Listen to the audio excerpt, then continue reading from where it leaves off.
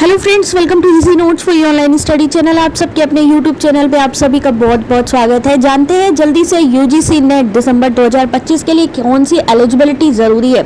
तो यहाँ पर सबसे पहले बात करते हैं जनरल वालों के लिए। जनरल वाले जो हैं, जो ईडब्ल्यूएस कैंडिडेट हैं, उनको 55% मार्क्स की रिक्वायरमेंट होगी। पोस्ट ग्रेजुएशन के साथ में ही आप अप्लाई कर सकते हैं। साथ ही 50% का क्राइटेरिया है, 50% आपके पीजी में यानी पोस्ट ग्रेजुएशन में होने चाहिए अगर आप SC ST OBC कैटेगरी से बिलोंग करते हैं।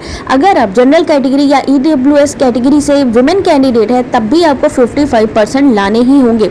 याद रखिए, मास्टर डिग्री अगर आप कर रहे हैं या आप उस इक्विवेलेंट कोई कोर्स कर रहे हैं तो जो फाइनल ईयर वाले हैं वो यहाँ पर अप्लाई कर सकते हैं, या जिनका जो रिजल्ट है वो डिले हो गया हो वो भी यहाँ पर अप्लाई कर सकते हैं।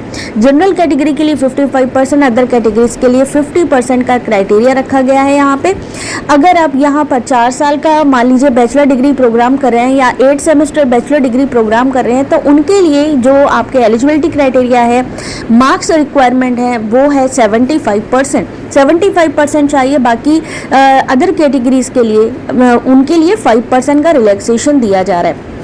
बात करते हैं यहाँ पे कि अगर आप 4 साल का जो है मान लीजिए यहाँ पर बैचलर डिग्री प्रोग्राम कर रहे हैं तो आप JRF के लिए भी एलिजिबल हो जाएंगे, PhD के लिए भी एलिजिबल हो जाएंगे। लेकिन एक चीज़ ध्यान रखिएगा, असिस्टेंट प्रोफेसर के लिए आप एलिजिबल नहीं होते हैं। उसके लिए आपको फिर से एग्ज़ाम देना होगा या PhD करना होगा।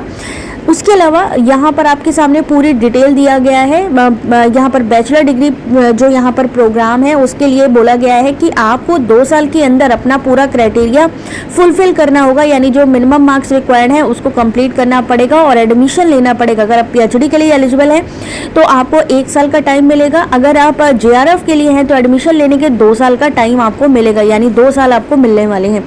4 साल का यानी 4 ईयर की अगर आप डिग्री प्रोग्राम की बात करते हैं तो आपको यहाँ पर जो आप सब्जेक्ट लेना चाहते हैं उसी सब्जेक्ट से ही आपको PhD करने का मौका मिलेगा। JRF एज लिमिट की बात करते हैं तो जनरल वालों के लिए 30 साल और अदर कैटेगरीज वालों के लिए 5 साल का रिलैक्सेशन है।